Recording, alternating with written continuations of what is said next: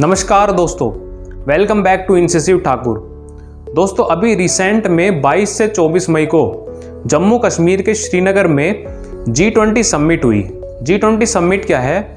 ये दुनिया के 20 सबसे पावरफुल देशों का एक ग्रुप है जो कि 1999 में बनाया गया था, जिसमें America, England, Russia, France, Brazil, Australia और यूरोपियन यूनियन जैसे बड़े बड़े देश शामिल हैं।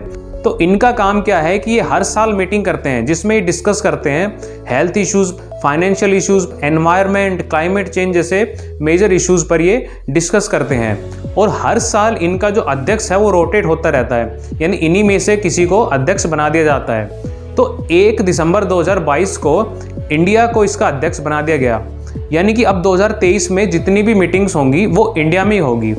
इसलिए जो अभी टूरिज्म वर्किंग ग्रुप की जो मीटिंग है वो श्रीनगर में हो रही थी। तो इससे सबसे ज़्यादा दिक्कत हुई हमारे दो पड़ोसी देश पाकिस्तान और चाइना को। पाकिस्तान तो खूब भागा फिरा इस मीटिंग को रुकवाने के लिए, लेकिन ये मीटिंग सक्सेसफुली कंडक्ट हुई। G20 के 20 में से 17 देशों ने इस मीटिंग को अटेंड किया। तो किस तरीके से पाकिस्तान का एंटी इंडिया प्रोपेगेंडा फेल हो गया, पूरा मैटर इस वीडियो में जानेंगे। तो चलिए शुरू करते हैं। दोस्तों, ये टूरिज्म वर्किंग ग्रुप की पहली मीटिंग नहीं थी, ये तीसरी मीटिंग थी। पहली जो मीटिंग थी वो गुजरात के रन ऑफ कच्छ में हुई थी फरवरी में। दूसरी जो मीटिंग थी वो दार्जिलिंग में और सिलीगुड़ी में हुई थी वेस्ट बंगाल में मार्च में। ये तीसरी मीटिंग है जो श्रीनगर में हो रही है। और इस मीटिंग में G20 देशों के साथ साथ कुछ ऐसे देश भी हैं जिनको स्पेशली इन्वाइट किया गया था, जो कि है Bangladesh, Egypt, Mauritius, Netherlands, Nigeria, Oman, Singapore, Spain और UAE। और 2019 में आर्टिकल 370 हटाने के बाद ये पहली बड़ी मीटिंग है जो कि जम्मू कश्मीर में हो रही है। दोस्तों, अब बात आती है कि पाकिस्तान इस चीज़ से क्यों जल रहा है। देखिए, पाकिस्तान के अकॉर्डिंग कश्मीर जो है वो एक डिस्प्यूटेड एरिया है, और चाइना ने भी यही बोल के कि ये डिस्प्यूटेड एरिया है उसने मीटिंग करने से मना कर दिया। और G20 ग्रुप के 3 देश हैं जिन्होंने ये मीटिंग अटेंड नहीं की, चाइना, तुर्की और सऊदी अरेबिया। क्योंकि जैसे ही अनाउंस हुआ कि G20 की मीटिंग अब की बार कश्मीर के श्रीनगर में होने वाली है, उसके बाद पाकिस्तान बौखला गया और उसने G20 नेशंस को ये अपील करी कि आप इस मीटिंग को बॉयकॉट करें क्योंकि कश्मीर एक डिस्प्यूटेड एरिया है। और साथ ही साथ पाकिस्तान ने OIC यानी कि ऑर्गेनाइजेशन ऑफ इस्लामिक कंट्रीज़, जिसमें 56 इस्लामिक कंट्रीज़ का एक समूह है, उनको भी ये रिटर्न लेटर में रिक्वेस्ट करी कि आप इस मीटिंग को बॉयकॉट करें। लेकिन पाकिस्तान के मुंह पे तमाचा तब लगा जब इन इस्लामिक कंट्रीज़ ने उसकी बात नहीं मानी और इस मीटिंग को अटेंड किया।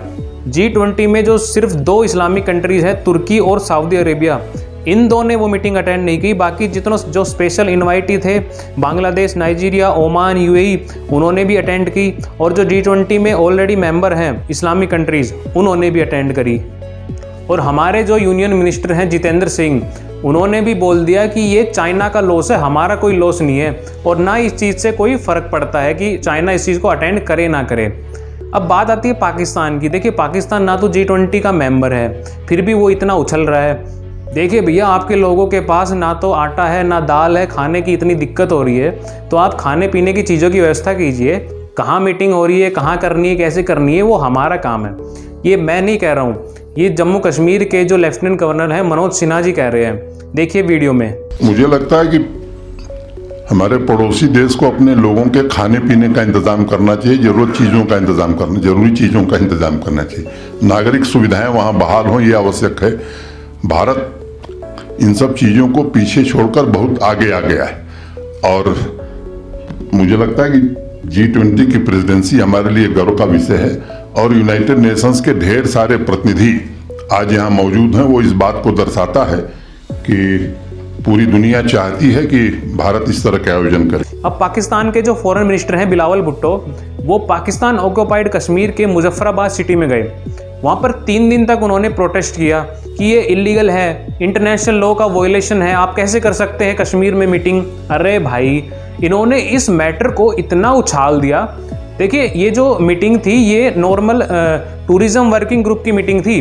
जो मेन हेड होते हैं ना, जो जैसे G20 के जो मेंबर्स हैं उनके जो हेड हैं, फॉर एग्जांपल हमारे prime minister Narendra Modi, England के जो हैं ऋषि सुनक, और अमेरिका के जो बाइडन, तो इन बड़े बड़े लीडर्स की जो मीटिंग है वो तो सितंबर अक्टूबर में होगी। ये नॉर्मल टूरिज्म वर्किंग ग्रुप की मीटिंग थी, जिसमें क्या है कि मान लीजिए जम्मू कश्मीर में ये हो रहा है तो वहाँ के जो टूरिस्ट प्लेसेस हैं उनको थोड़ा सा प्रमोट किया जाएगा। यानी कि जो वर्ल्ड मीडिया है इन छोटी मोटी मीटिंग्स पर इतना उनका फोकस नहीं रहता। लेकिन पाकिस्तान और चाइना ने इस मैटर को इतना उछाल दिया कि ये एक इंटरनेशनल लेवल पर एक बहुत बड़ा इशू बन गया और पूरे वर्ल्ड की मीडिया का ध्यान इस तरफ चला गया। क्योंकि देखिए, मान लीजिए कोई मूवी आती है, फॉर एग्जाम्पल अभी केरला स्टोरी आई, तो उस पर जब कंट्रोवर्सी हुई तो जिन लोगों को उसके बारे में नहीं पता था उनका भी ध्यान उस मूवी की तरफ गया और उस मूवी ने पहले दिन ही रिकॉर्ड भी तोड़े। इस तरीके से चाइना पाकिस्तान दोनों ने इस मैटर को इतना उछाल दिया कि जो काम हम करना चाह रहे थे वो इन दोनों ने आराम से कर दिया।